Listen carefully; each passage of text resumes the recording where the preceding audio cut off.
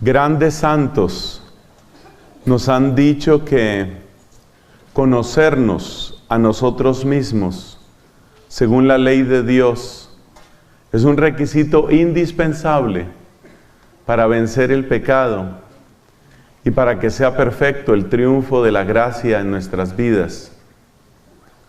Es necesario, es indispensable el santo conocimiento de nosotros mismos. Conocimiento que se logra cuando la luz de Dios va entrando más profundamente en nuestro corazón. Porque hay muchas cosas que uno realmente no conoce de sí mismo. Y el grave problema de las cosas que ignoramos de nosotros mismos es que entonces podemos estar repitiendo los mismos errores, a veces toda la vida. Y además hay otra dificultad, y es que podemos estar haciendo daño a otras personas. Podemos estar lastimando o decepcionando a otras personas y ni siquiera nos damos cuenta. Por eso es indispensable pedir al Señor esta gracia de conocernos. En la Santa Misa, una de las cosas que yo observaba era estas luces tan potentes que tenemos en la parte superior, en el techo. Y pensaba en esa luz que viene de lo alto, la luz de Dios, y que esa luz nos permitiera conocernos. Porque repito, hay errores que uno está cometiendo y tal vez no los ha visto, tal vez nadie se los ha dicho. Entonces necesitamos de esa gracia, de esa luz, para verdaderamente conocernos. Luz como esta luz, luz que viene de lo alto, que llega a nosotros y que nos permite conocernos, corregirnos. Y todavía te voy a dar otra razón por la que esto es tan importante. Y es porque también hay talentos que están dormidos en nosotros. Dios hizo en mí maravillas, dice la Santísima Virgen María. Dios hizo en mí maravillas. Evidentemente, con esa gracia de Espíritu Santo que ella recibió, especialmente en el momento de la encarnación, ella pudo decir, Dios hizo en mí maravillas. Y yo te hago una pregunta, ¿tú ya conoces las maravillas que Dios ha hecho en ti? ¿Las reconoces? Y sobre todo, ¿eres consciente de que esas maravillas no son para quedarse dormidas, sino para que den abundante fruto? Todos recordamos aquella parábola de los talentos, ¿cierto? Y recordamos lo que le sucedió a aquel hombre que escondió el talento. Recibió un severo regaño de parte de su Señor. No tenías que haberlo escondido. Pero tal vez el primer lugar donde están escondidos nuestros talentos es en nuestra propia ignorancia. Por eso necesitamos esa luz potente de Dios. Vamos a hablar entonces con una comparación. Esta predicación que hemos iniciado en el nombre de Cristo, es con una comparación. Vamos a comparar con lo que sucede cuando vamos al médico. Las cosas que los médicos descubren en nosotros. Porque muchas de las dolencias, carencias, defectos, enfermedades, no se notan. Muchas veces uno va al médico porque tiene, por ejemplo, un dolor. Tengo un dolor de cabeza que no se me quita. Esta rodilla me molesta. La cadera, me paro y siento como un dolor en la parte baja de la espalda. Los dolores son señales que nos indican que algo está mal. Pero cuidado, porque a veces hay cosas que están mal, pero que no hacen ruido, ni producen dolor. Por eso, hoy se aconseja en todas partes que es necesario que nos hagamos chequeos médicos. El chequeo médico, ¿por qué hay que hacerlo? Uno dice, pero yo no siento nada. Pero espérate, es bueno que vayas al médico, porque hay daños tal vez en tu cuerpo, hay peligros en tu cuerpo que tú no conoces, no te has dado cuenta, pero ya los tienes ahí. Por ejemplo, espiritualmente, algo que nos puede hacer mucho daño son esas cadenas que vamos repitiendo. ¿A qué me refiero con cadenas? Cosas que vienen, por ejemplo, en nuestras familias, cosas que vienen de nuestra cultura, y a nosotros precisamente porque las hemos visto toda una vida, porque las hemos vivido toda una vida, no nos extrañan, no nos producen dolor, no nos tallan, pero están ahí. Y como están ahí, nos hacen daño. Por eso es necesario ese chequeo médico. Y en un chequeo médico, ¿qué descubre uno? Pues uno descubre muchas cosas. Estos médicos nos ayudan a ver muchas cosas. Entonces, lo que vamos a hacer, después de que ustedes saquen sus cuadernos, sus libretas, no se fíe, por favor, de su sola memoria. No haga eso. Usted ha hecho un largo camino para llegar a Williams, Arizona. Usted ha hecho un largo camino. Usted ha hecho un esfuerzo. Me parece que mi camino fue un poco más largo. Yo tuve que salir Bogotá, Houston, Phoenix, Phoenix, Williams. Entonces yo espero que ya de aquí ya no me llevan para otra parte, que como que ya llegué. Espero que ya llegué. Entonces, como tú has hecho un esfuerzo para llegar aquí, hay que aprovechar al máximo. Me gustó la homilía que nos regaló el Padre Bernardo. Como él decía, Dios tiene preparadas bendiciones.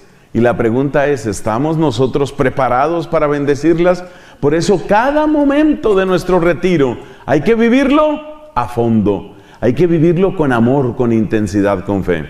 Bueno, entonces lo que vamos a hacer es una especie de paralelo, una especie de comparación entre lo que ven los médicos del cuerpo y lo que a veces Dios ve en nosotros. O sea, vamos a acercarnos al médico del alma.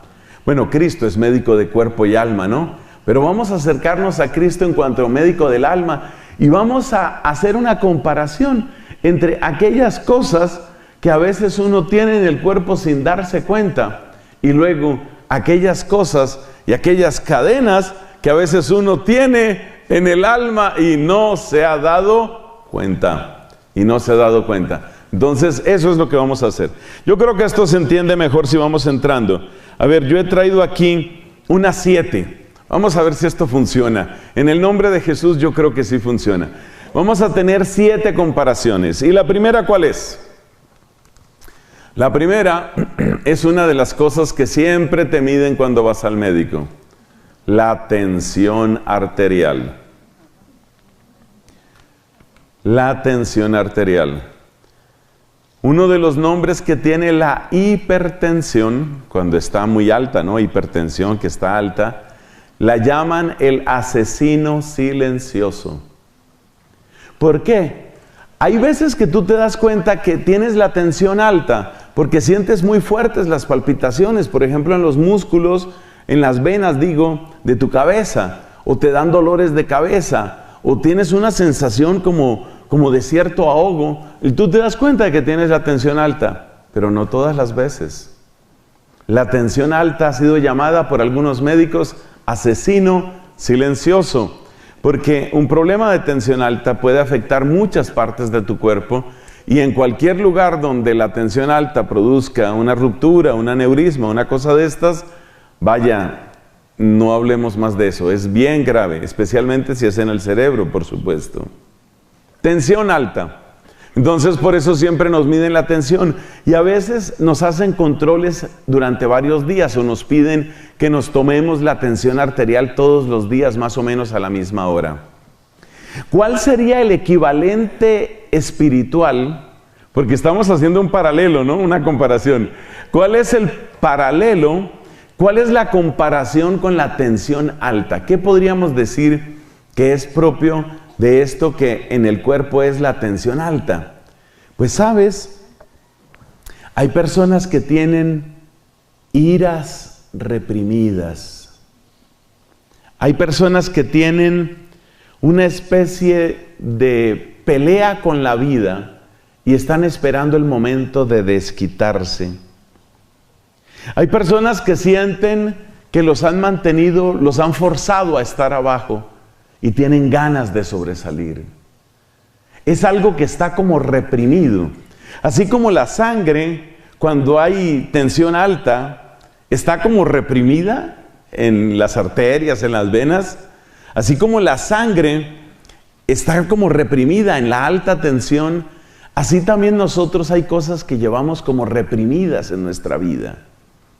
Y esas cosas de repente salen, a veces de una manera muy trágica, Dios nos libre. A veces salen de una manera muy trágica. ¿Qué es una manera trágica? En el cuerpo, cuando se produce un aneurisma que puede estallarse, es como una deformación de un vaso sanguíneo, y si eso se rompe, tienes una tragedia. Dios nos libre, santo Dios, Dios nos libre. Es algo muy grave. Pues lo mismo pasa espiritualmente hablando, emocionalmente hablando. A veces tenemos cosas que están acumuladas y que van haciendo como una bolsa de presión. Y el día que menos te esperes, eso estalla. Y cuando estalla, hace muchísimo daño. ¿Y eso en qué se nota? Bueno, no te ha pasado, no has conocido un caso de alguna persona que reacciona de una manera desproporcionada, un modo desproporcionado. A veces en nuestros países, también aquí creo que ha sucedido, a veces se dan estos casos. Por ejemplo, una discusión entre dos conductores, porque se tropezaron sus carros. Hay una discusión, y de repente la discusión sube de tono, entran los insultos, y luego vienen las amenazas, y en un momento dado uno de ellos saca un arma y dispara. Se le salió de la nada. ¿Por qué sucedió eso? O golpea al otro. ¿Por qué hace eso? Esa persona seguramente estaba acumulando esa tensión hacía mucho tiempo. Es decir, tenía lo que podríamos llamar una especie de hipertensión espiritual. Es una hipertensión espiritual. Muchos de nosotros, por muy diversas razones, tenemos cosas que están reprimidas, cosas que no fueron justas, cosas injustas. Y esas cosas injustas nos tocó tragarlas, porque no había nada más que hacer, porque no puedo dejar ese trabajo, pero mi jefe me humilla, porque no puedo dejar ese lugar, ese vecindario, pero me fastidia la gente que está ahí porque es ruidosa, porque es sucia, porque es vulgar, y no puedo hacer nada. Me toca aguantarme esto. Mira, cuando uno pasa por esas situaciones difíciles, si uno procesa ese dolor, si uno le da tratamiento a ese dolor, a través de una verdadera estabilidad emocional y espiritual, uno crece. Porque las dificultades te hacen crecer. Las personas que han pasado por duras dificultades muchas veces alcanzan una gran madurez. Las dificultades no están hechas para derribarte, sino para hacerte crecer, para hacerte fortalecer. Pero a veces uno no tiene cómo procesar las cosas. Entonces, los dolores, especialmente las injusticias no procesadas, van quedando, van acumulándose. Y esa acumulación va produciendo como una especie de represión, como ese fenómeno de la olla de presión, como ese aneurisma que se va inflando, que se va deformando y que puede un día causar un serio, muy serio problema. Entonces, la gran diferencia, ¿cuál es? Dos personas pueden pasar por las mismas circunstancias y uno de ellos creció en madurez, en misericordia y en fortaleza, y otro, en cambio, creció en resentimiento, en amargura y en rabia contenida. Y vivieron las mismas cosas. Por eso, muchos de nosotros tenemos que pedirle a Dios que nos ayude a procesar. A procesar. ¿Qué es procesar? Procesar es darle un cauce para que no se acumule eso que llevo dentro. Darle un cauce a través de la razón y el corazón, darle un cauce a eso que me ha dolido, a esa frustración, a esa injusticia, a ese problema, a ese dolor. Cuando logramos encontrar ese cauce, cuando logramos sacar eso que llevamos dentro, entonces crecemos. Y crecemos en misericordia, y crecemos en madurez, y crecemos en fortaleza. Cuando no logramos procesar las cosas, entonces tenemos adentro una especie de ira contenida. Hermanos, esto a veces sucede en las familias. Un papá violento, que no sabía comunicarse sino a gritos y a golpes.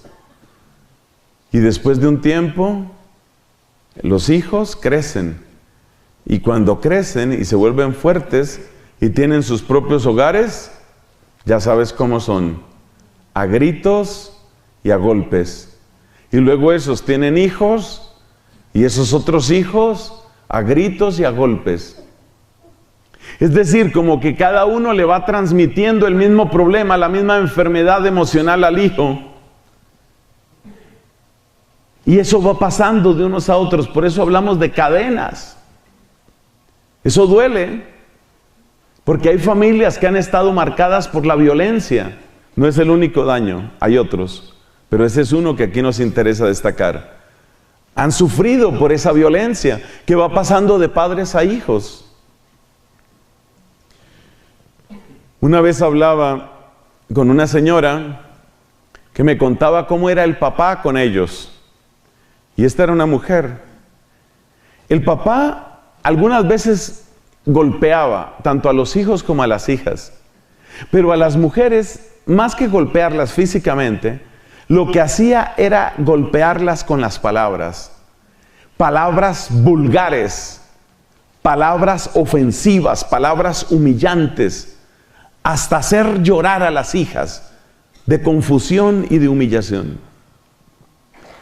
Bueno, yo hablaba con esa señora, por supuesto, muchos años después de estos acontecimientos, y ella me decía, yo he llegado a entender un poco a mi padre, porque resulta que el papá de él era mucho peor. Es decir, mi papá nos pegaba con correas de cuero, pero el abuelo utilizaba de esas tiras con las que golpean a los animales. Con eso era que golpeaba a sus propios hijos. Entonces, fíjate que esas son cadenas. Y eso es muy triste. Pero hay una buena noticia. Esas cadenas se pueden romper. Amén. ¿Amén? Amén. Esas cadenas se pueden romper. Y eso es precisamente lo que queremos. No esconder los problemas. No esconderlos. No reprimirlos.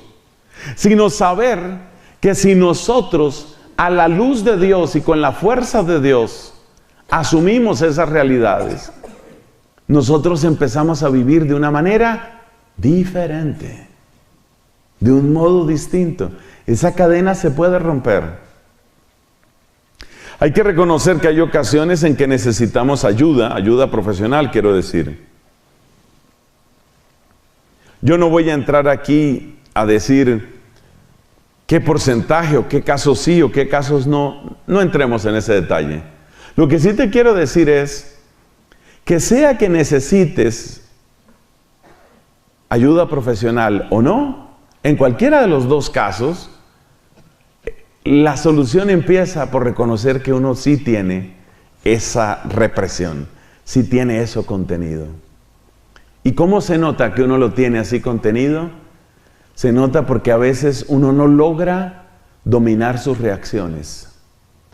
Cuando tú sientes que pierdes el control, así sea por breve tiempo, y así solo te pase con algunas personas. Por ejemplo, yo he conocido casos de hombres que tienen este problema, pero son violentos únicamente con la esposa. Mira, así sea con una sola persona, y así no te pase todos los días. Si tú ves que tú tienes reacciones excesivas con alguien, así sea una sola persona, Ahí hay algo que está reprimido.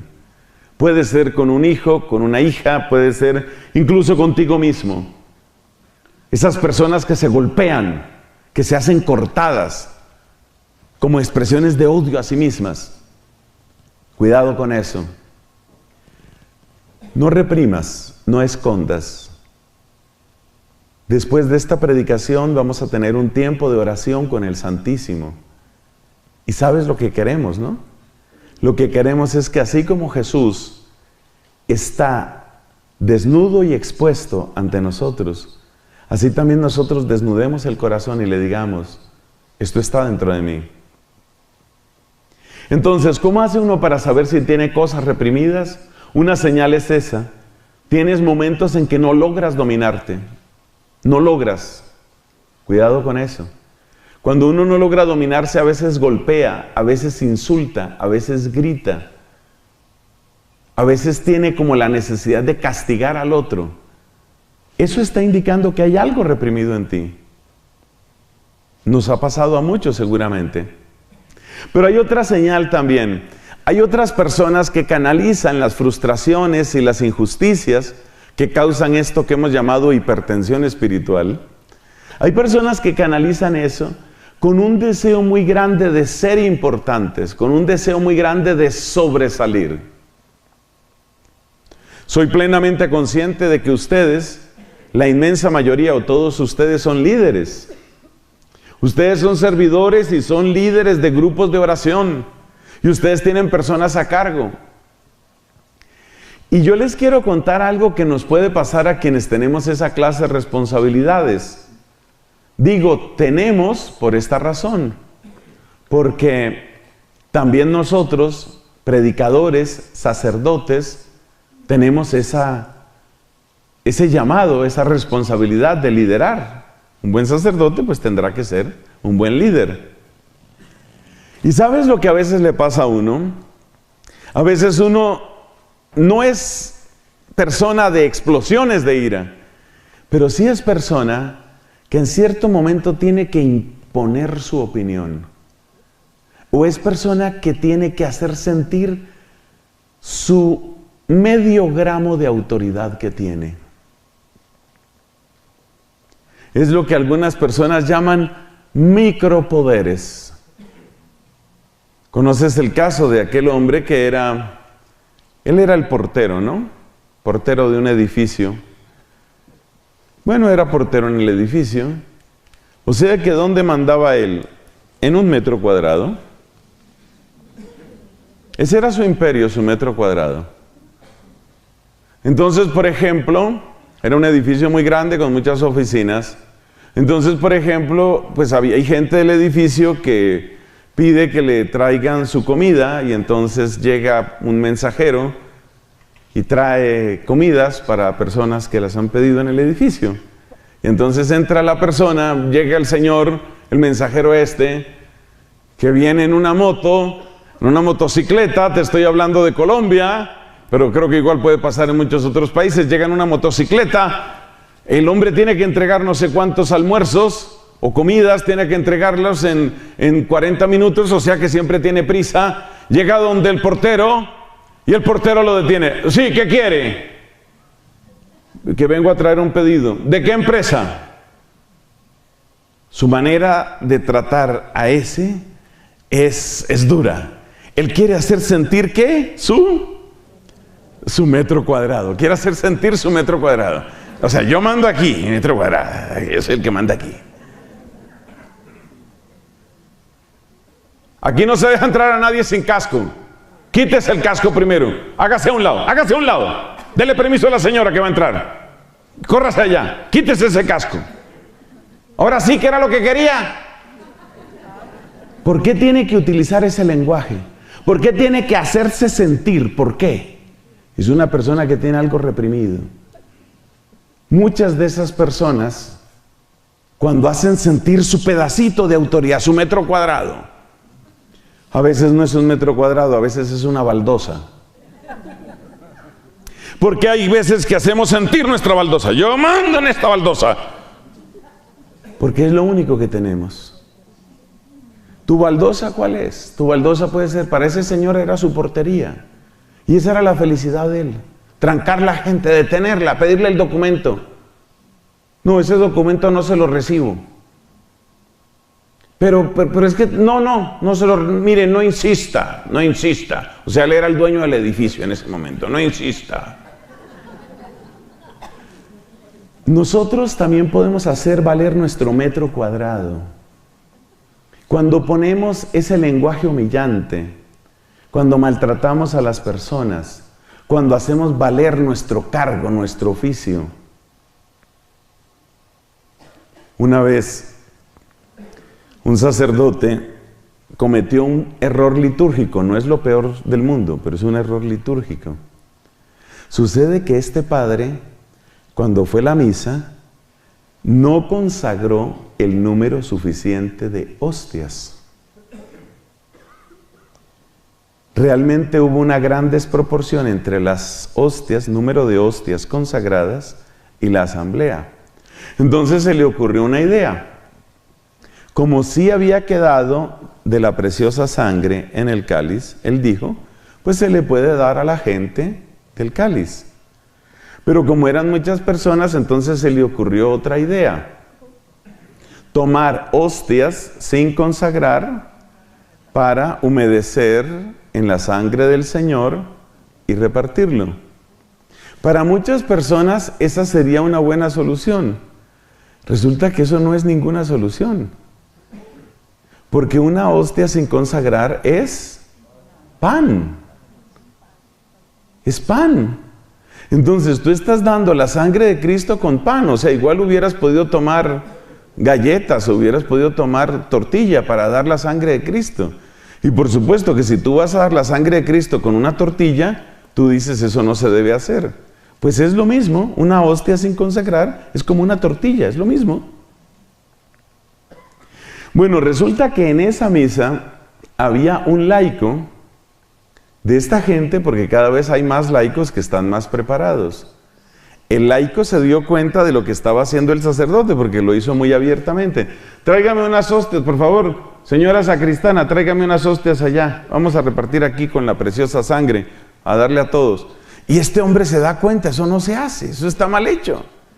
Pero esto que te acabo de contar no lo saben muchos sacerdotes, porque este error yo lo he visto cometer a varios sacerdotes.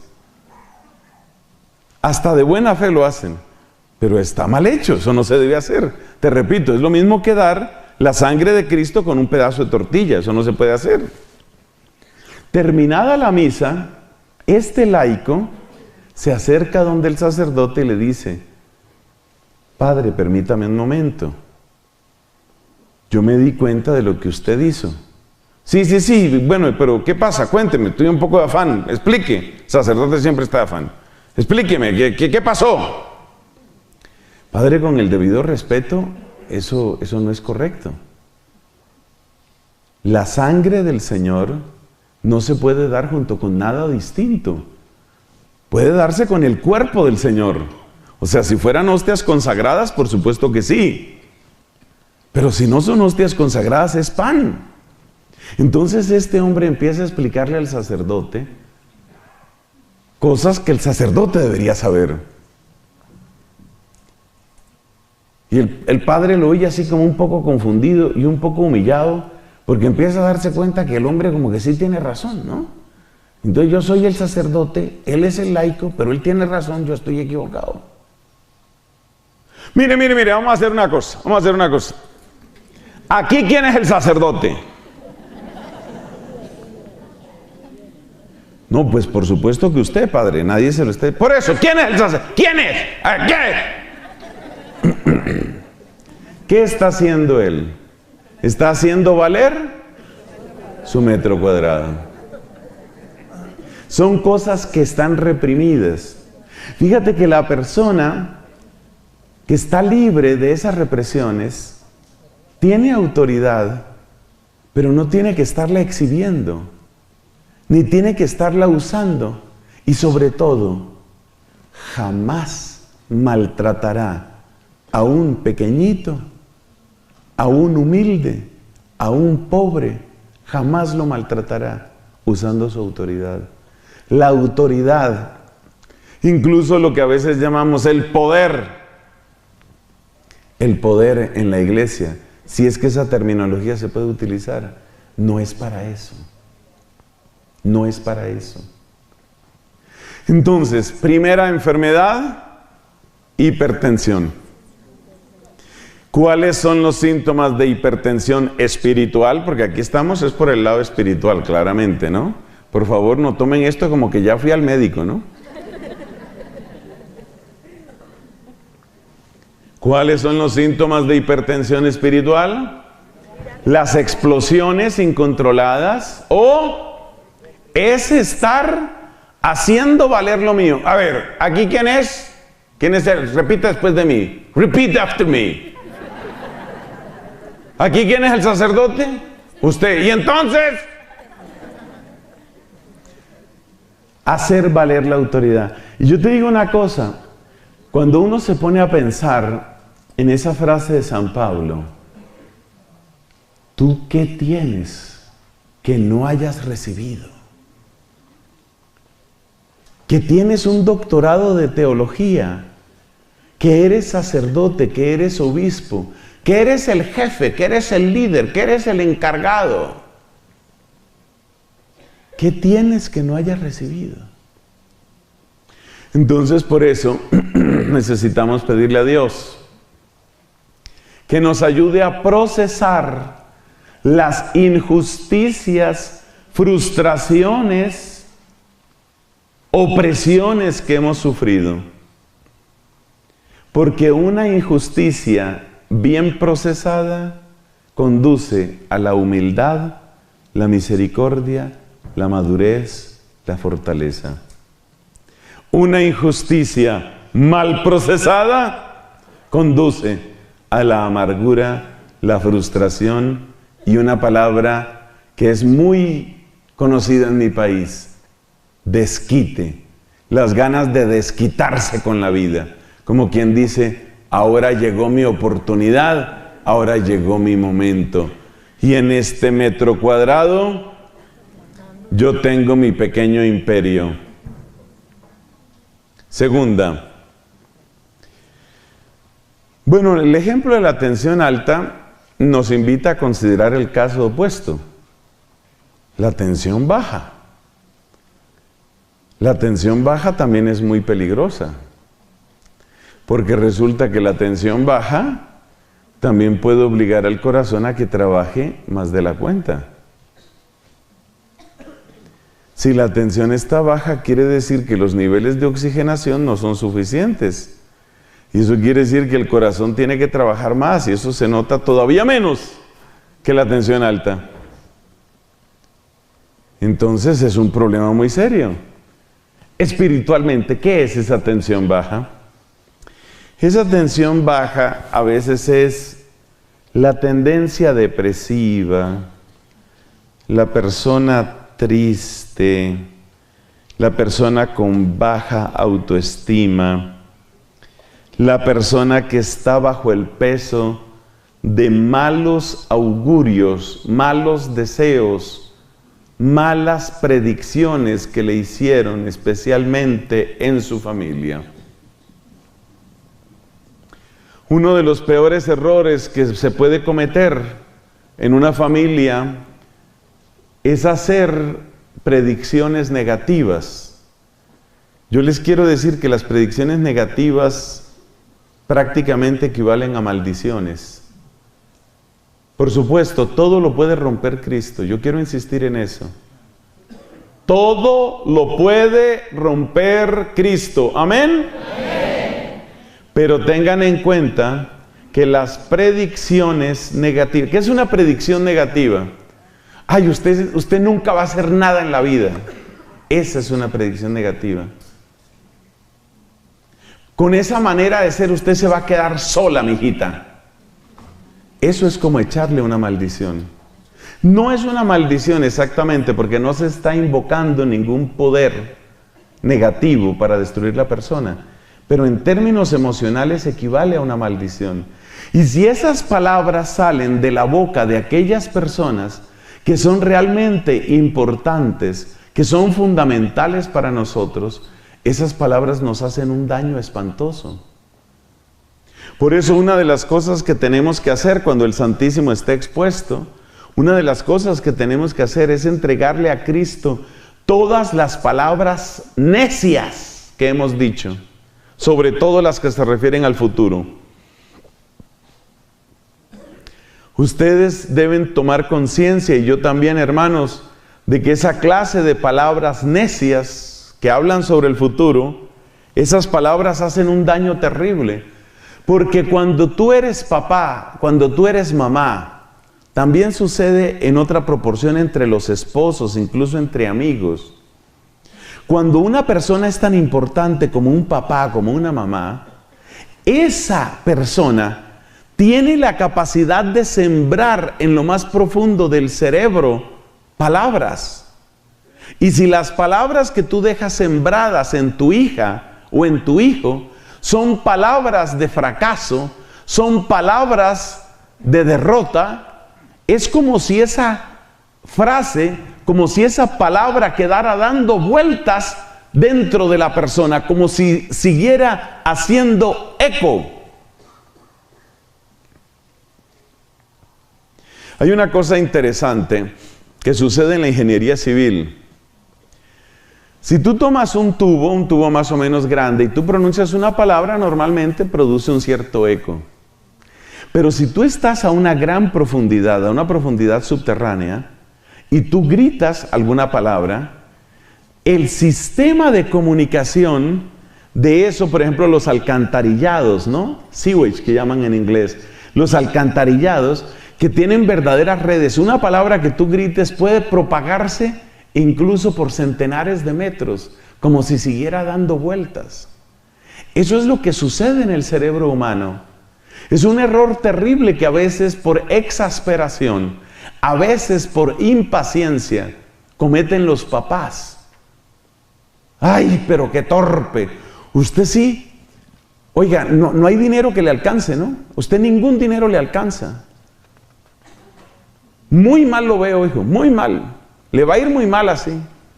Usted suelta esa palabra, usted es el papá, usted es la mamá, y esa palabra queda como en el sótano de esa persona, queda dando vueltas.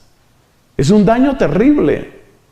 Otras personas que le dijeran la misma frase no le harían tanto daño, porque son palabras que estarían en un nivel más superficial. Pero el problema de las palabras de los papás, las mamás, el novio, la novia, el esposo, la esposa, es que cuando hay amor, nosotros abrimos con puertas muy profundas del corazón. Y entonces las palabras que nos dicen resuenan muy profundamente en el corazón. Por eso hay que tener mucho cuidado con lo que se dice. Y por eso hoy, delante de Cristo, tenemos que cancelar y retirar toda palabra necia que hayamos dicho. Y tenemos que cancelar y retirar toda palabra necia que nos hayan dicho. Es muy importante que hoy delante de Jesús tú digas estas palabras. Las diremos en su momento. Es muy importante que ante Jesús tú digas estas palabras. Tú, Señor Jesucristo, tú eres definitivo en mi vida. Tú eres el definitivo en mi vida. Tú eres el que marca mi historia. Tú eres el que define mi futuro. Por eso tú eres el definitivo en mi vida. Más que mi papá, más que mi mamá, más que el novio o novia que tú hayas tenido, querido amigo, querida amiga, más que cualquier otra persona. Hay gente que ha quedado marcada por palabras, por ejemplo, incluso de profesores, de profesoras, por allá de la escuela primaria, y han quedado marcados por palabras. Por eso es necesario romper esas palabras necias. Fueron palabras dichas en un momento de impaciencia. Fueron palabras dichas en un momento de exasperación. Pero esas palabras no pueden definir mi vida. Por eso es también tan importante que, sobre todo en las parejas, se acostumbren a pedirse perdón y a pedirse disculpas. Porque muchas de esas palabras que en un momento tal vez de disgusto, en una pelea conyugal se han dicho, esas palabras quedan dando vueltas. por razones fisiológicas muy profundas, las mujeres son más afectadas por esto que nosotros los hombres. A ambos nos afecta, pero en la mujer es más profundo, porque el cerebro de la mujer está hiperconectado. El cerebro de la mujer tiene mayor cantidad de conexiones interhemisféricas y eso tiene una mayor repercusión. Por eso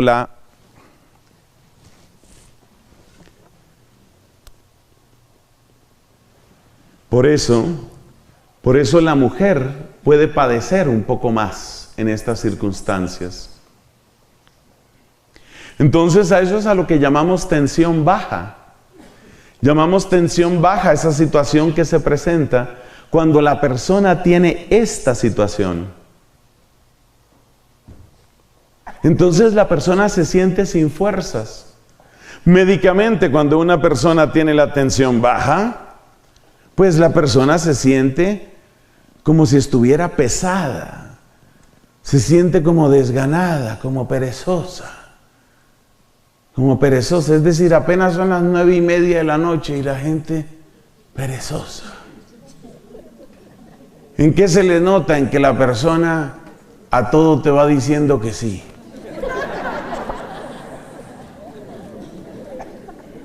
Persona cansada, un cansancio permanente, una somnolencia. ¿Entendió? Entendí que... Entonces hay que darse cuenta de esas situaciones, hay que darse cuenta, eso es lo que llamamos tensión baja.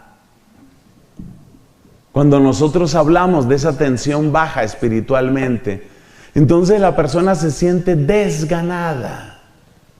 Es el tipo de persona que se vuelve incluso pesimista en contra del don de la esperanza, porque lo propio de nosotros los cristianos es el don de la esperanza. Entonces hay personas que tienen la tensión espiritual baja. Todo le ven problema. Oye, ¿y si hiciéramos una misión? No hagamos eso. No. Tiempo perdido, eso no se haga. No se haga nada, mejor no hacer nada.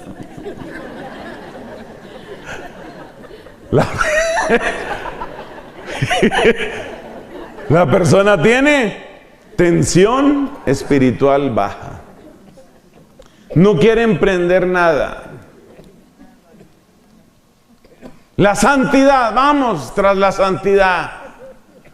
Entonces un amigo que sufría de esto, una vez me pregunta, padre,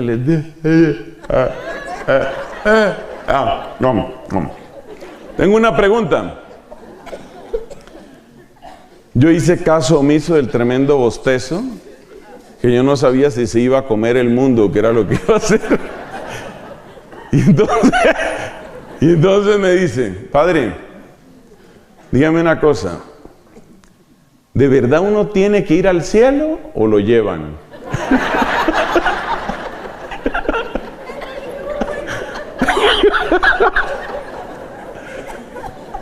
¿Ves?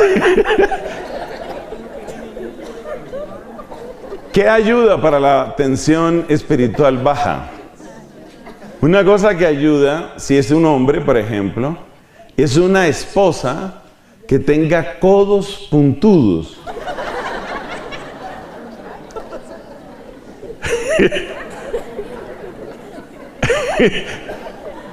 Bueno, entonces pongámonos serios. Pongámonos serios. No, lo que ayuda es muy sencillo. Mira, lo que ayuda es reconocer una cosa. Un Señor tengo yo en mi vida, un Señor. Y se llama Jesucristo. Eso es lo que ayuda. Por encima de cualquier palabra que me hayan dicho, por encima de cualquier mal presagio, por encima de las bajas expectativas que tenía mi mamá conmigo, por encima de las palabras de derrota que dijo mi papá, por encima de los fracasos que yo haya padecido, un solo Señor tiene mi vida. Eso es lo que te rescata de la tensión baja. Tercero, El tercero también tiene que ver especialmente con las damas. No me miren así. Se llama osteoporosis. La realidad de la vida es que la osteoporosis afecta más a las mujeres que a los hombres. Y la realidad de la vida es que eso es así porque el metabolismo del calcio es distinto en la mujer que en el hombre, especialmente después de la menopausia. Y la realidad de la vida es que especialmente la mujer que ha tenido hijos con mucha frecuencia presenta serias deficiencias de calcio. Entre otras razones, porque los huesitos de la nueva criatura pues van a salir del calcio de la mamá. Entonces por eso tantas veces se les recuerda a las mujeres: necesitas calcio, cuidado con el calcio, por eso. Bueno, todos sabemos lo que es la osteoporosis, el nombre lo indica, ¿no?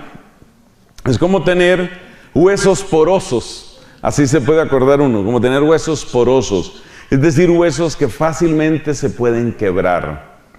¿Qué es la osteoporosis espiritual? La osteoporosis espiritual se manifiesta como fragilidad. Esa persona que se entusiasma, tú te acuerdas la parábola del sembrador, ¿no? Dice Jesús que había unos que recibieron la palabra con mucha alegría. Llegó la palabra, bravo, la palabra. Al otro día, no sé si la palabra será para mí, no sé. ¿Ve? Es una persona inestable, es una persona frágil. No te puedes apoyar mucho en esa persona. Esa persona asiste a un retiro espiritual. Y en el retiro espiritual esa persona sale impulsada, gozosa. Ahora sí vamos a evangelizar este país, caray. Ahora sí, vamos a convertir el mundo. ¡Mundo! Allá voy. O sea, la persona entusiasmada. Una semana después del retiro en Williams, Arizona. Oye, ¿y la conversión del mundo? No, ahí vamos, ahí poco a poco.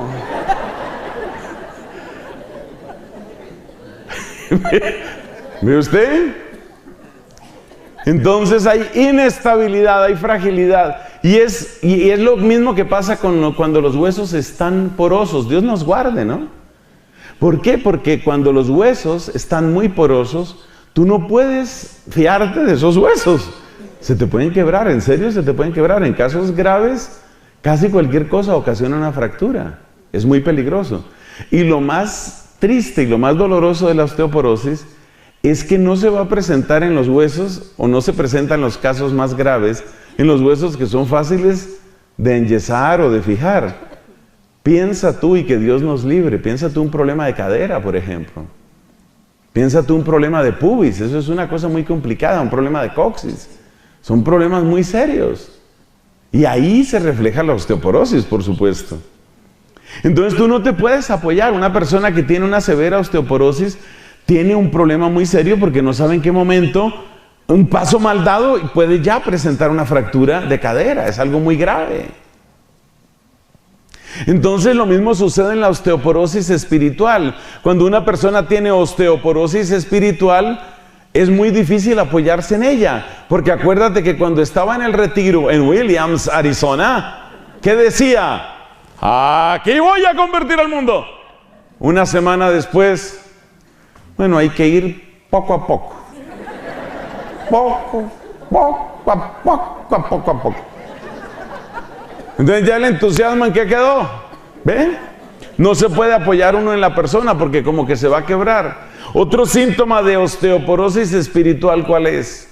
Es aquella persona que es demasiado sensible.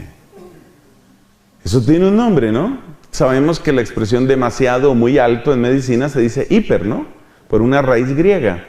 Entonces por eso decimos que la persona es hipersensible. Son esas personas que sí quieren la conversión del mundo. Yo quiero que las multitudes se vuelvan hacia Cristo. Todo el mundo hacia Jesucristo. ¿Usted por qué me mira así? ¿Qué? ¿Ahora qué pasó? ¿Qué? ¿Ah? ¿Es un problema que tenemos? De la persona hipersensible, y la señora se preocupó. La persona hipersensible es como persona con osteoporosis. Tiene grandes deseos de hacer grandes cosas, pero apenas se presenta la primera dificultad, ya se quebró. Se rajó, como dicen en buena parte de México, lindo y querido, ya se rajó.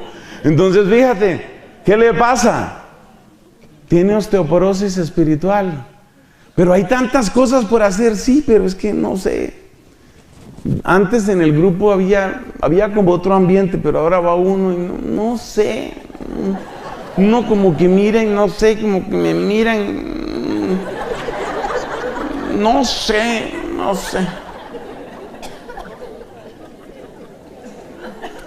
Entonces se frenó la evangelización. ¿Por qué se frenó la evangelización? Finalmente no sé. No sé por qué se frenó, pero básicamente ¿por qué? Porque hubo una que me torció la boca, la otra me miró raro, la otra no me saludó, la otra no sé. Eso como que entra uno y como que entra y como que lo sacan y como que uno se siente mal y como que no lo aceptan y como que, ¿qué? Con esa fragilidad no se puede. ¿Qué nombre le daba San Pablo a eso? Lo llamaba, es una de las expresiones de la carnalidad. Demasiada carne. Porque tú sabes que la carne es sensible, ¿no? La carne es sensible. Mucho frío, mucho calor. Ahora no me van a decir las señoras que otra vez les estoy hablando a ellas, pero hay unos seres humanos que son así. Pásame la chamarra que tengo mucho frío. Se la pone un minuto después, ¡ay, qué calor!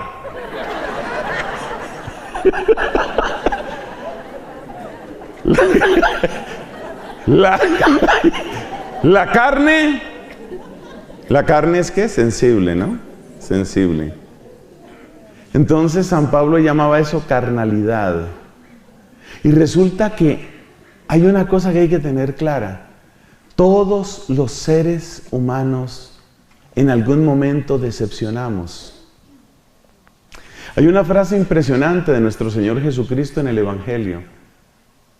Esa frase sí que me golpea a mí. Dice Jesús esta frase, y la tarea para usted antes de dormirse es encontrarla. La frase dice, dichoso el que no se escandalice de mí, dice Jesús. Dichoso el que no se escandalice de mí. Prueba de que hay gente que sí se escandalizó de Jesús. Gente que se retiró del Evangelio porque les pareció que Jesús era muy exagerado. O yo no sé por qué razón. Uno que se escandalizó de Cristo y uno que le dio la espalda a Cristo porque no le convenció el proyecto de Cristo fue Judas Iscariote. ¿Qué le pasó a Judas? ¿Eso? Judas sintió, no, esto no va a ninguna parte. Eso tanto sacrificio y tanta cruz y tanta cosa, esto no va para ninguna parte. Mejor quitar a ese señor de en medio, cerrar ese capítulo y ver con qué seguimos. Eso pensaba Judas Iscariote. Entonces la osteoporosis espiritual, ¿qué es? Es como una especie de fragilidad, una especie de hipersensibilidad que hace que la persona realmente no pueda emprender nada serio. Lo mismo que pasa cuando hay osteoporosis en el cuerpo. La persona tiene que andar con sumo cuidado, hay que tratarla con sumo cuidado, cuidado al subir la escalera, cuidado con una caída, cuidado. Esa persona no puede ir muy lejos. Pero bueno, de la osteoporosis corporal puede haber muchas causas. Aquí estamos hablando de la osteoporosis espiritual. ¿Y la osteoporosis espiritual de dónde viene? Viene de esa hipersensibilidad y de esa fragilidad. ¿Cuál es el remedio? Porque estamos comentando remedios, ¿no? ¿Cuál es el remedio que puede haber para eso? Hay grupos de oración donde se entra esta hipersensibilidad. ¿Cuál es un síntoma de que empezó a entrarse la hipersensibilidad en un grupo? Cuando tú empiezas a hablar demasiado del pasado. Ay, es que ay, esos tiempos aquellos. Eso sí era. Ay, uy, hacíamos unas vigilias, había unos cantos, mira, había una unción. Se sentía una unción tremenda. Era una cosa fuerte, era una cosa potente, era una cosa muy grande, eso se sentía algo muy... Ahora no, ahora uno va y no, por ahí está la gente, pero no, ya no es lo mismo.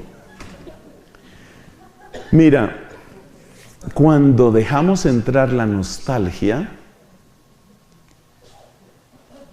nos apegamos a lo que Dios hizo, pero cerramos los ojos a lo que está haciendo.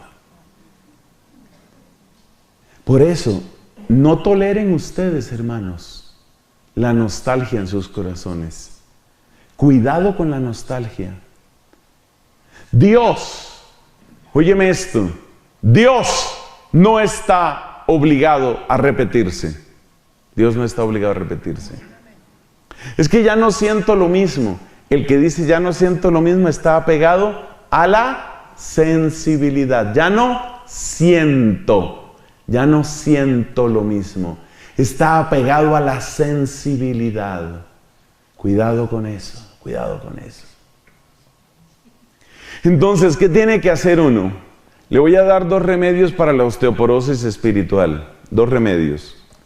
Hemos visto que esto tiene que ver con la fragilidad y con la hipersensibilidad. Le voy a dar 2 remedios para esas 2 manifestaciones de la osteoporosis espiritual.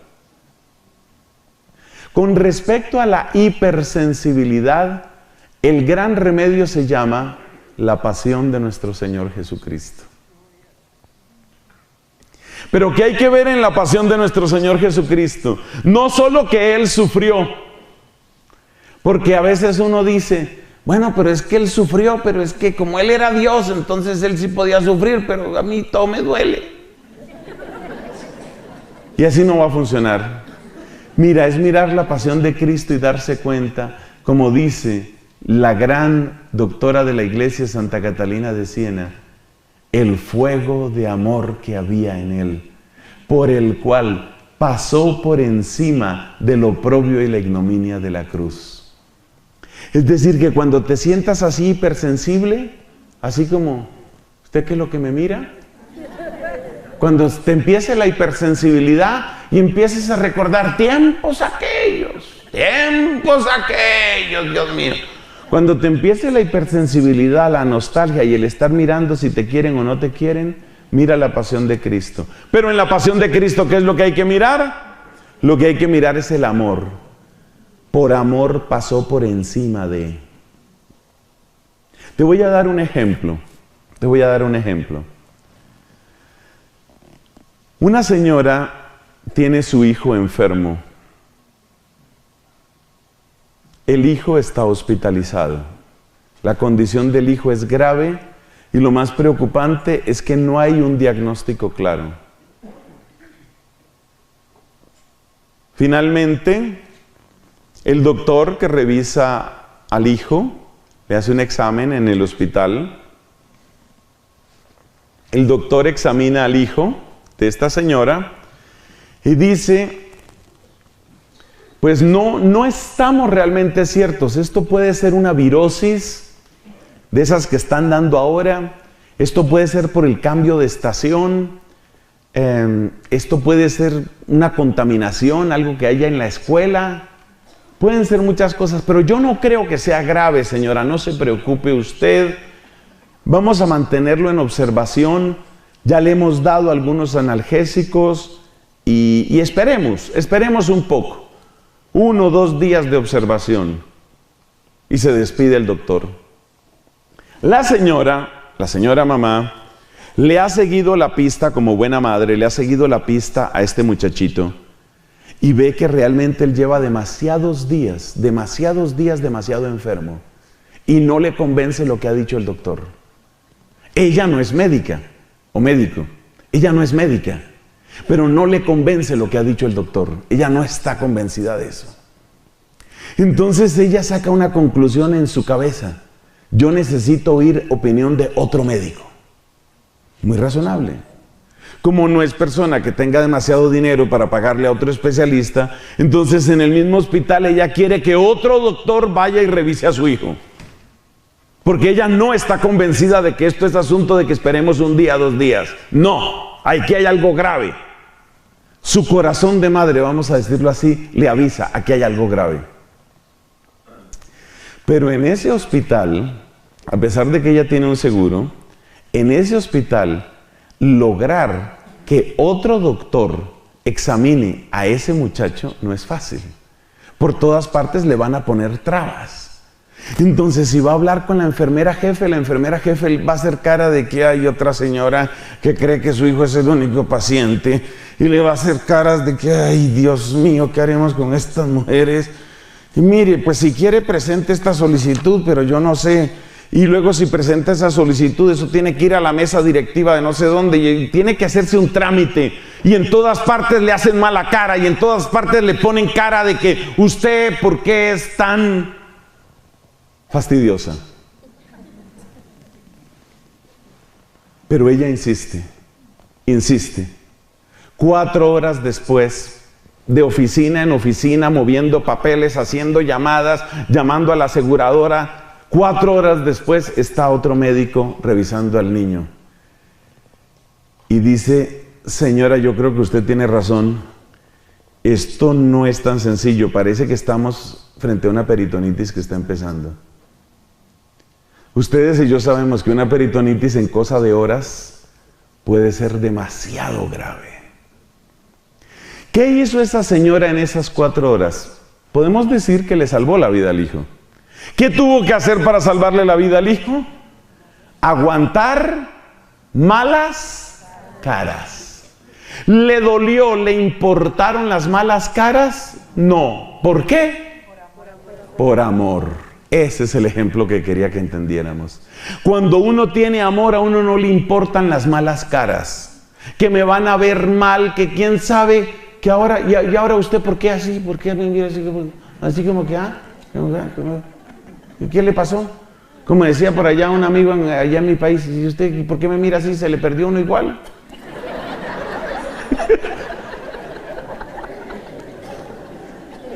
Cuando uno empieza a fijarse en que si me miraron, en que no me miraron, en que no me quieren, en que... ¿Qué se llama eso? Falta de amor. Esa señora tuvo que enfrentarse contra todo un hospital. De la enfermera jefe en adelante, y la miraban con cara de que, ay, esta será, si será como loca, ¿qué hacemos con ella? ¿Será que ya llamamos a security? Porque aquí para todo llaman a security. ¿Será que ya llamamos a security o qué hacemos con ella? No, pues toca darle trámite a esto. Un momento, señora. Ay, caramba. Y siempre con esa cara de impaciencia. ¿Pero a ella le importó eso? No. Porque ¿tenía qué? Amor. Mira, cuando uno está enamorado de la gloria de Dios y cuando uno está enamorado de las almas, esas cosas que me miraron mal, que hubo problema, que no sé si les caigo bien, que es que antes sí era bonito, ay Dios mío, ¿qué se va a poner uno con eso? Mirar la pasión de Cristo y descubrir en la pasión de Cristo amor.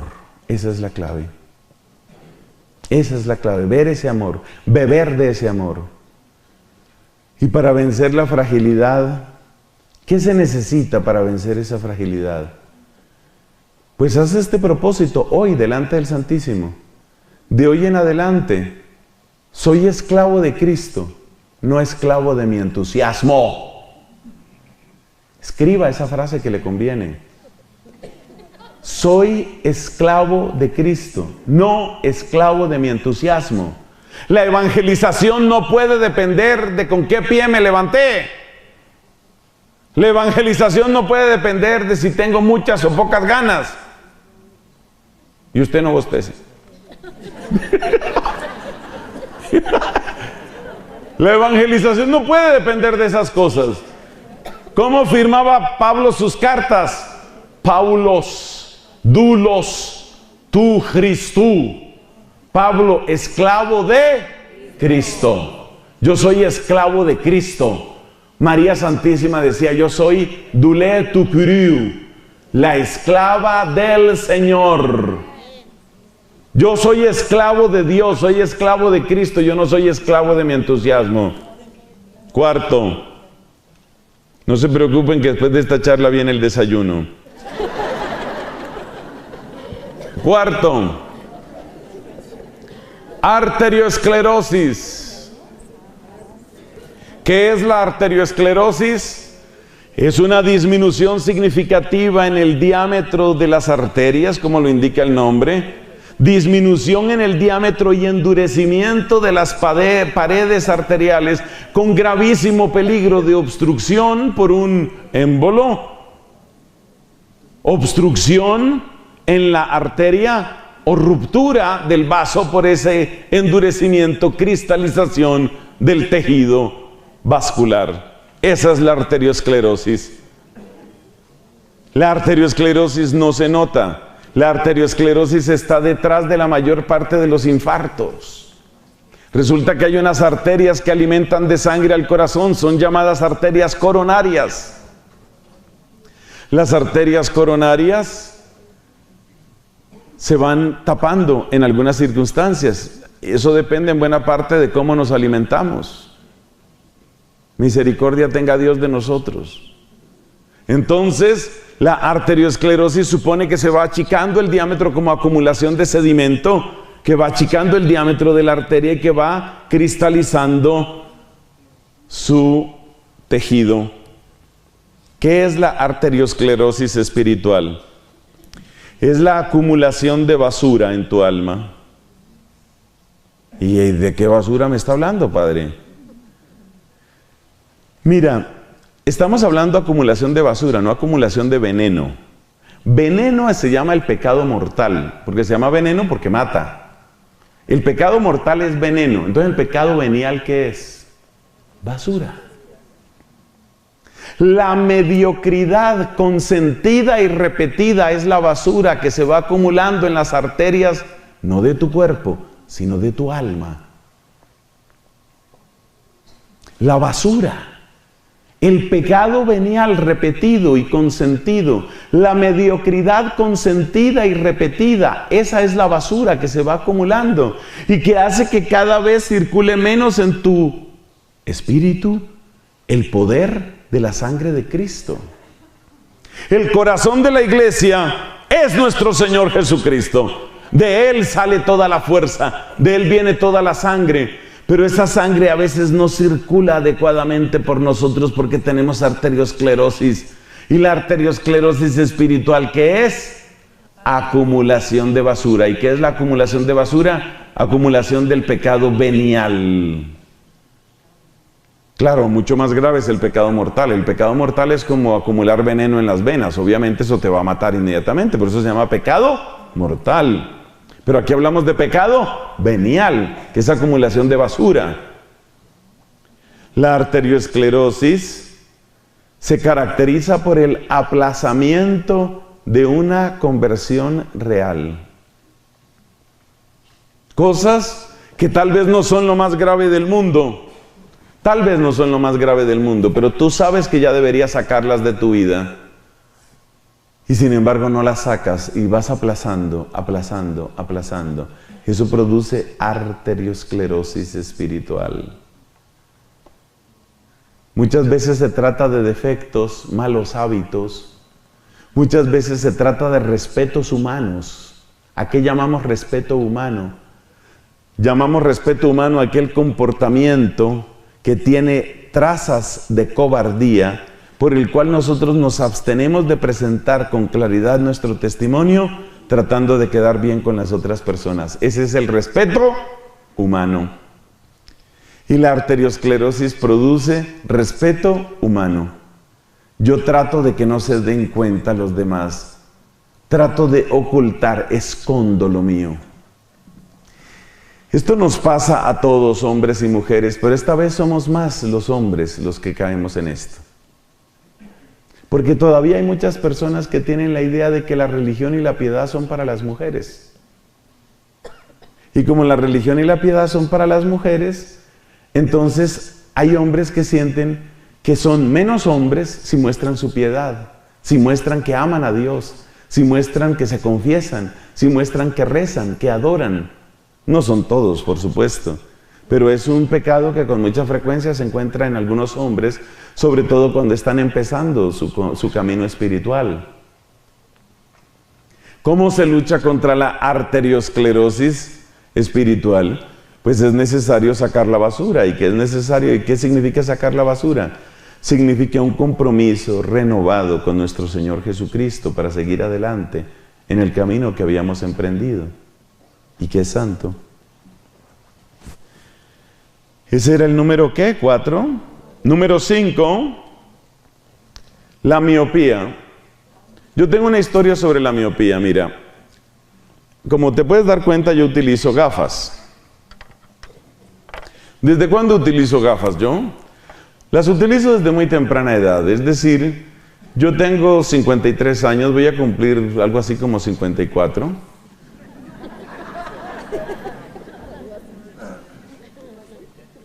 Hace 40 años yo utilizo gafas.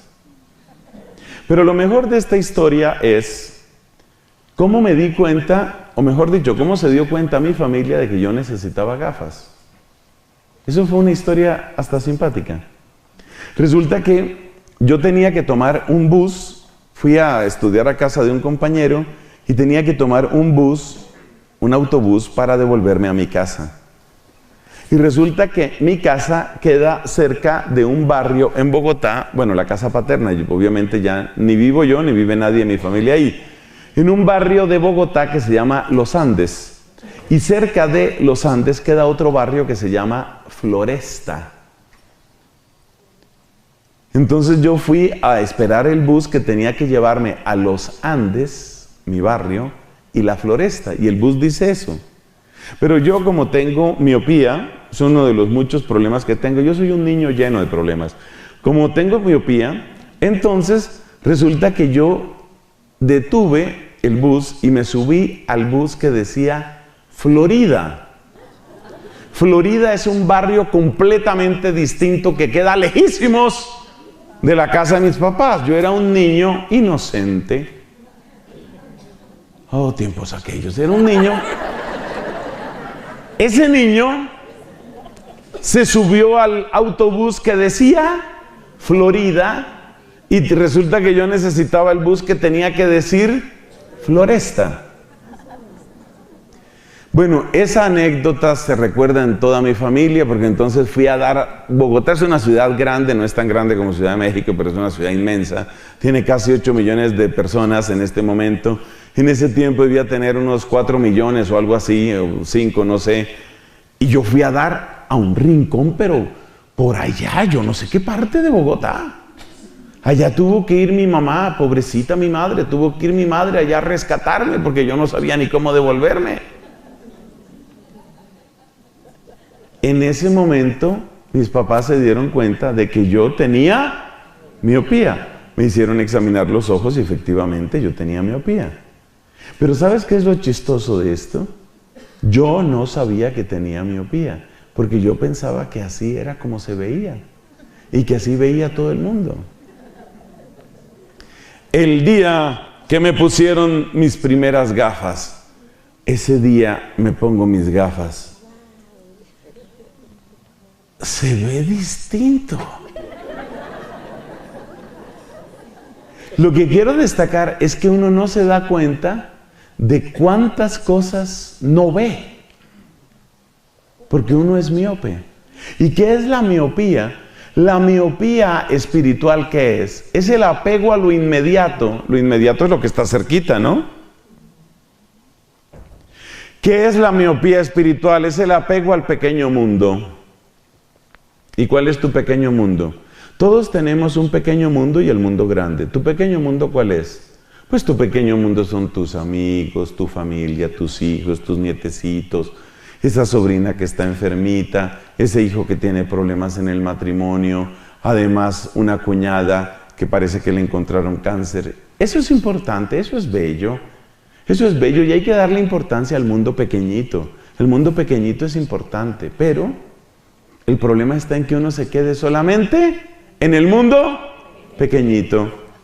Entonces hay personas que en el grupo de oración, todos hemos conocido a esas personas. Bueno, hagamos unas peticiones a nuestro Señor. Señor, te pido por Fifi.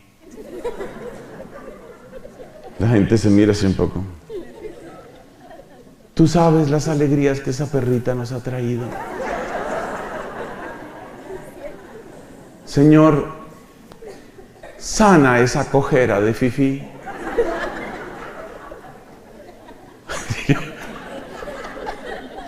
Claro que la perrita está sufriendo, nadie lo niega, la perrita está sufriendo. Claro que es muy triste ver a la perrita sufriendo, claro que sí. Pero tú te pones a pensar, frente a tantas necesidades que hay sobre el planeta Tierra, frente a tantas necesidades de la iglesia, frente a tantas necesidades del mundo, yo desde ayer estoy rezando, no digo que todo el tiempo, pero estas últimas 24 horas he rezado varias veces por ese atentado espantoso en Nueva Zelanda. Para los que no sepan, una persona con una actitud de venganza contra los musulmanes asesinó, masacró 49 personas en un par de mezquitas, por lo menos en una creo, en Christchurch, que es una de las ciudades principales de Nueva Zelanda. 49 personas mató. Así como el estilo de esos tiroteos que tristemente se presentan también en este país. Entonces yo sé que tú tienes tu mundo pequeñito, pero quedarte solo en tu mundo pequeñito, mi nietecito, la perrita y el gatico, y mi casa, y además lo que nosotros sufrimos, y yo quiero estar bien con mi esposo, y además mi hijo que, no sé, tiene una tos rara. Yo te entiendo que te preocupes por tu mundo pequeño. Está bien eso. Santo Tomás de Aquino dice, es normal que nosotros desarrollemos un amor más grande por aquellos que están en nuestro mundo pequeño. Eso es normal. Pero no te quedes solo ahí. Porque ¿quién va a evangelizar? Yo me pongo a pensar, cuando yo miro servidores, por un momento te voy a poner de ejemplo Obed. Obed, nos conocemos hace poco, ustedes saben quién es, su papel, su servicio que está prestando. Obed es un padre de familia, es un esposo, tiene hijos. Y gracias a él y a muchas otras personas, no solo a él, pero gracias a él y muchas otras personas tenemos este retiro. O sea que él está en su mundo pequeño, pero está también en este mundo grande. O sea, él no se cierra solamente a su mundo pequeño. Eso es lo que quiero decir con esto. Cuando uno es miope, uno solo existe, a uno espiritualmente solo le interesa que lo mío todo funcione, que lo mío todo esté limpio, bonito, todos contentos, todo agradable. Gracias, gracias Señor, porque me permites vivir de una manera en la que no me importa el resto del mundo. Gracias Señor. ¿Qué tal esa oración? Es una oración blasfema, por supuesto, pero esa es la oración de la miopía espiritual. Gracias Señor porque mi mundo me permite estar tan descansado que no me tengo que cansar con tanto problema que hay tanta cosa tan rara que hay hoy. Cuidado con el mundo pequeño. Eso se llama miopía. ¿Cuál es la solución? Hoy hay buenas soluciones y muchas tienen que ver con un fenómeno que se llama Internet. Hay buenos portales católicos de noticias, buenos. Y hay buenas personas para seguir con noticias, por ejemplo, en Twitter, si te gusta Twitter. No solamente para ver ahora qué se le ocurrió al presidente Donald Trump, sino para ver muchas otras cosas. Mira, ver esa clase de noticias, eso te hace bien. Ver lo que están sufriendo otros, lo que están viviendo otros, lo que están intentando otros. Sal de tu mundo pequeño. Ábrete al mundo grande. Porque Cristo entregó su vida por muchos, por muchísimos. Y porque Cristo quiere que su evangelio llegue hasta el confín de la tierra. Entonces cuidado con la miopía. Sexto, Dios mío, esto se volvió tarde. Sexto, ¿qué es lo contrario de la miopía? Lo contrario de la miopía es la hipermetropía.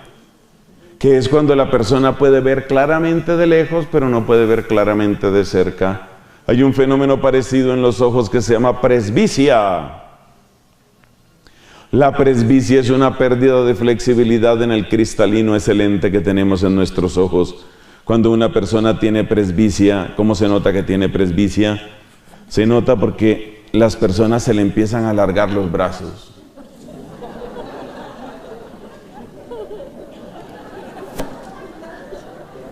Esa es la presbicia. ¿En qué consiste la presbicia espiritual? Respuesta. Presbicia espiritual es exactamente lo contrario del fenómeno de la miopía espiritual.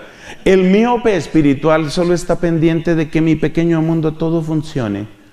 A ver, que los cojines no se percudan, que Fifi esté contenta, que mi nieto sea el primero de la clase, que todo me salga bien, que mi casa sea una tacita de plata, que yo pueda vivir tan contento que no me importe nada. Esa es la miopía espiritual. ¿Y la presbicia espiritual qué es? Esas son aquellas personas que están muy preocupadas por evangelizar el mundo, pero maltratan a los que tienen en casa. Y eso tampoco puede ser. Ese es otro desequilibrio. Y eso también pasa a veces en los líderes.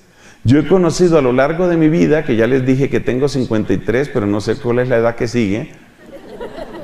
A lo largo de mi larga vida, yo he conocido ya 3 casos que me han dolido mucho. De grandes líderes, bueno, líderes, vamos a decir, notables, dentro de la renovación carismática. Y buenos predicadores acabaron separándose de la esposa. ¿Por qué? Por eso. Porque está muy bien que tú te preocupes de las maravillas de la evangelización del mundo, pero un momento, tus hijos te necesitan, tu esposa te necesita. Y hubo otro caso que conocí de un líder que era un gran predicador, de los mejores predicadores laicos que yo he conocido. Y resulta que en alguna ocasión tuve que hospedarme en la casa de él. Esto sucedió en otro país, no en este. Para que no empiecen ustedes a hacer especulaciones. Bueno, me tocó hospedarme en la casa de este gran líder carismático, gran predicador. Llegamos tarde a la casa de él. A esa hora, ellos tenían empleada doméstica. A esa hora la empleada ya estaba acostada, cosa que era perfectamente explicable porque era tarde. Bueno, este hombre, no les miento, prácticamente a gritos hace levantar a la señora que les trabaja para que caliente alguna cosa, para que podamos comer, para lo que sea. Sin llegar al acoso laboral, realmente una persona muy maltratadora y muy humillante con la empleada del servicio. Pero tú vieras los sermones que da ese hombre sobre la caridad. Eso es una belleza. Amor, amemos, importante que todos nos amemos. Bastante, que amemos bastante. Pero luego, en la casa, otra cosa. Cuidado con eso, eso se llama presbicia. Por eso es muy importante que nosotros también nos revisemos en eso. Es muy peligroso cuando uno empieza a cambiar el lenguaje. Cuando uno tiene un lenguaje para afuera y otro lenguaje adentro. Muy peligroso. La última. Señoras y señores, llegamos a la última. La última es un poquito más sutil, pero es que me ha gustado mucho. Como ustedes saben, hay distintos tipos de diabetes. Hay una que se llama la diabetes 2. ¿La diabetes 2 en qué consiste o por dónde empieza? La diabetes 2 empieza por un síntoma que se llama resistencia a la insulina. Así que permítanme una pequeña explicación sobre qué es lo que hace la insulina en nuestro cuerpo. Espero hacerla correctamente porque yo médico no soy. Espero hacerla bien. Una de las cosas que hace, porque hace varias, pero una de las cosas que hace la insulina es administrar el potencial energético del azúcar en el cuerpo. Eso quiere decir que la insulina hace que cuando tu cuerpo necesite energía, entonces la pueda obtener de los azúcares, que son la fuente predilecta de energía. Eso se procesa, entre otros lugares, en el hígado. Pero la insulina no proviene del hígado, sino de unas células que se encuentran en el páncreas. O sea, realmente el cuerpo humano es una maravilla. Entonces, ¿qué pasa? Que la insulina es la que administra el potencial energético del azúcar en el cuerpo. Vamos a ponerlo de esa manera. Pero ¿qué pasa cuando uno come muchas harinas, como tal vez nos ha pasado a algunos? Cuando uno come muchos dulces, ¿qué pasa? Que se acumula tanta azúcar que cuando la insulina manda la orden para que se procese ese azúcar y produzca energía, el cuerpo no está demandando, no está necesitando esa energía, y la orden que da la insulina para neutralizar ese azúcar o para procesar ese azúcar se pierde. Con el paso del tiempo, el cuerpo se vuelve resistente a la insulina. ¿Eso qué quiere decir? Eso quiere decir que tu cuerpo cada vez está produciendo más insulina para tratar de procesar el exceso de azúcar, pero como no logra procesar el exceso de azúcar, tu mismo cuerpo se vuelve resistente a la insulina. Está como muy complicado eso.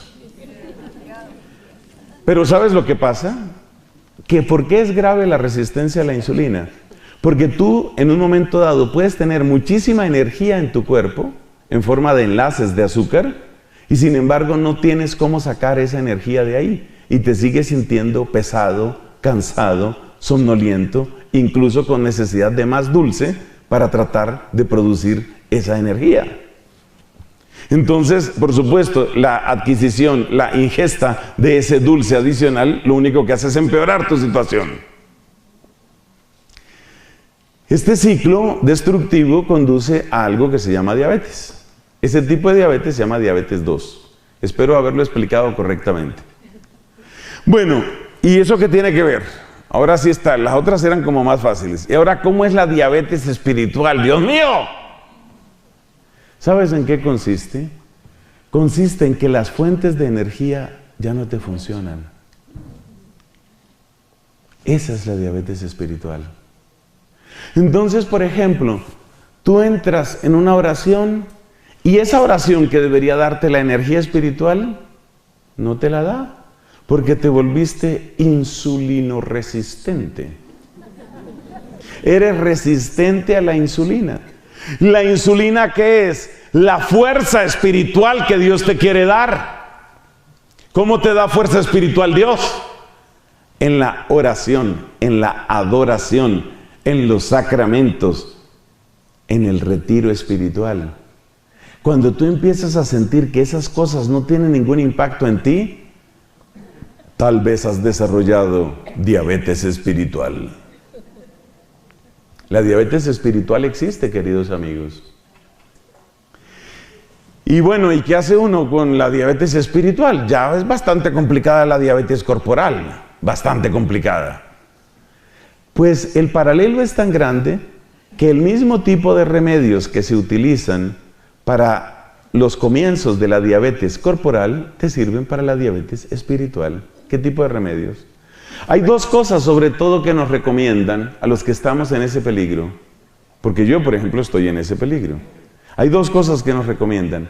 Se necesita que comas menos azúcar, menos dulce, y se necesita que tengas mayor actividad física. Son las dos cosas que se recomiendan. Si tú estás en los comienzos de ese ciclo destructivo que podría acabar en una diabetes 2, si tú estás en los comienzos, estás todavía a tiempo para hacer lo que tienes que hacer. Y lo que tienes que hacer es menos dulce, eso incluye menos harinas, menos dulces y más actividad física. Traslademos eso a nuestra espiritualidad. ¿Qué significa eso desde el punto de vista espiritual? Eso quiere decir, menos dulces quiere decir, no dependas de los consuelos espirituales. Los consuelos espirituales son como los dulces que Dios nos da. No dependas de los consuelos espirituales. Es decir, mantente y persevera en tu oración o en tus prácticas espirituales, sea que sientas o no sientas dulzura. No dependas del dulce espiritual. El dulce espiritual son las consolaciones que nosotros a veces tenemos. Entonces, por favor, que no dependas de esos dulces espirituales. ¿Y qué es lo otro que hay que hacer? El médico del cuerpo nos dice, usted necesita mayor actividad física. ¿Y esto qué significa? En el caso nuestro, que necesitamos mayor actividad espiritual. Y eso significa mayor evangelización. Entonces, para salvarte de la diabetes espiritual, ¿qué tienes que hacer? No dependas de los dulces espirituales. ¿Y qué quiere decir no depender de los dulces espirituales? No dependas de las consolaciones. Persevera en la oración, aunque ese día no sientas nada, porque tú no dependes del dulce. Y además, evangeliza más. Menos consolación espiritual y más evangelización te van a salvar de la diabetes espiritual. Amén. ¿Y sabes lo que resulta de aquí? Estos son los guerreros de la causa de Dios. Estos son los soldados del ejército de Dios. Estas son las personas que están dispuestas a pelear por su gloria, por su amor y por su victoria. Amén.